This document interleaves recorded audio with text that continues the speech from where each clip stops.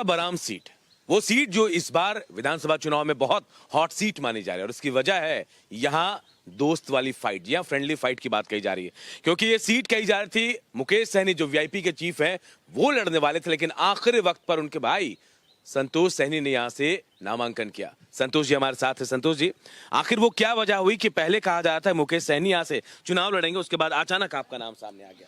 नहीं, ऐसा नहीं है, लड़ना उन्हीं को था, पर बाद में ऐसा लगा, सोचे कि पूरा विधानसभा दौरा करना है उनको, तो अपने क्षेत्र में टाइम नहीं मिलेगा, इसलिए फिर मुझे बोले कि चुनाव लड़ना है, तो फिर हम नॉमिनेशन कर दिए। इतनी जल्दी तैयारी हो गई संतोष जी? हाँ, तैयारी मेरा 1 साल पहले से हम तैयारी यहाँ पे कर रहे थे।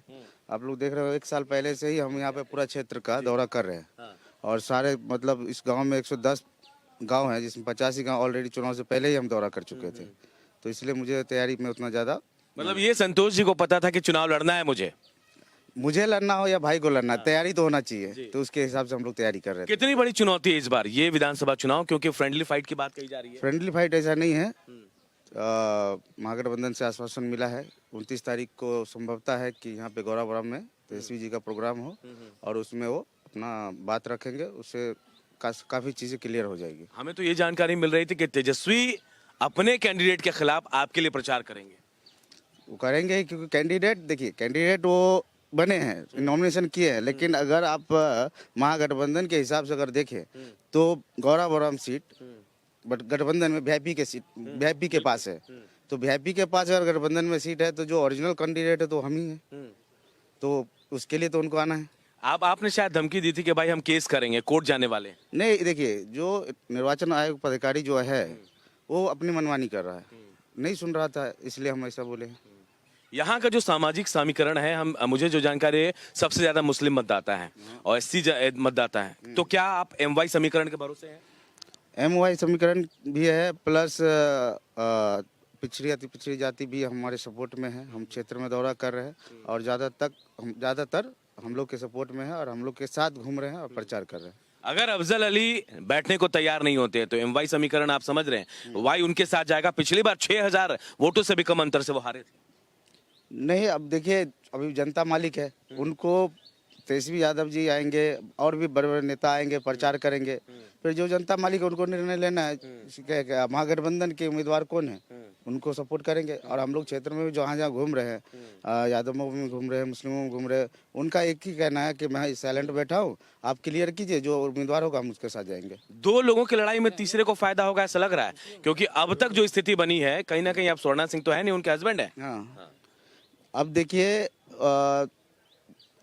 क्या होगा नहीं होगा वो तो जनता मालिक है, वो बताएंगे, उतना ज़्यादा मुझे आइडिया अभी जो देखने को आ रहा है, लेकिन पक्ष में, हमारे पक्ष में ही सारा चीज़ चल रहा है और उसी के हिसाब से सब कुछ ठीक रहा है। संतोष हर चुनौती के लिए तैयार है? हर चुनौती, या फिर संतोष कर लेंगे? संतोष नहीं, मैं कभी संतोष हमेशा लड़ने के लिए तैयार रहता है। अगर मैं कहूं कि डिप्टी सीएम को लेकर बातचीत हो रही थी, बिना सीट बटे ही मुकेश जी ने डिप्टी सीएम का पद मांग लिया कि भाई मुझे डिप्टी सीएम चाहिए। बहुत आलोचना भी, विरोधी कह रहे हैं कि भाई सीट नहीं बटी, पहले डिप्टी सीएम मांग लिए। मतलब सीट नहीं चाहिए, डिप्टी सीएम चाहिए। नहीं, ऐसा नहीं है। देखिए, आप महागठबंधन में आज के डेट में तेजस्वी यादव के बाद अगर वोट बैंक किसी पार्टी के पास है तो वीआईपी के पास है, तो अगर डिप्टी सीएम का तेजस्वी जी चेहरा है तो अति पिछड़ा के नाते मुकेश सहनी ही डिप्टी सीएम का चेहरा है, इसलिए डिप्टी सीएम का घोषणा कर रहे थे। ऐसा क्यों होता है संतोष जी कि आप जीत कर तो आते हैं, विधायक छोड़कर चले जाते हैं वीआईपी को?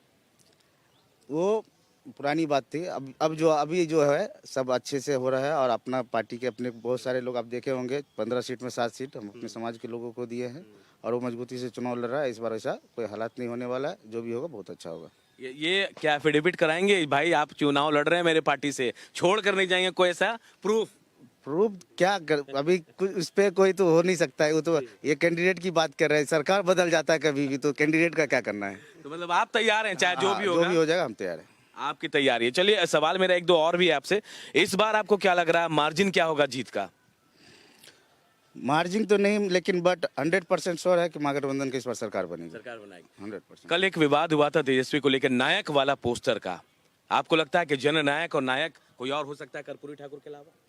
नायक का मैंने अभी कुछ देखा नहीं, क्योंकि मैं दिन भर क्षेत्र में रहता हूँ, तो इसके बारे में जानकारी नहीं एक है। पोस्टर लगाए थे तेजस्वी यादव का जिसमें कहा गया कि आज का नायक और उनका पोस्टर, और इस पर विरोधी जो आपके बीजेपी खेमे के लोग हैं, एनडीए खेमे के लोग कह रहे कि नहीं, नायक नहीं खलनायक है वो, नायक सिर्फ एक ही है, जननायक कर्पूरी ठाकुर। कर्पूरी ठाकुर जी तो हैं ही, पर बदलाव आगे अगर पीढ़ी अगर बढ़ता है, अगर वो अच्छा काम करता है तो उनको भी बोला जा सकता है, इसमें तो कोई दो राय नहीं है।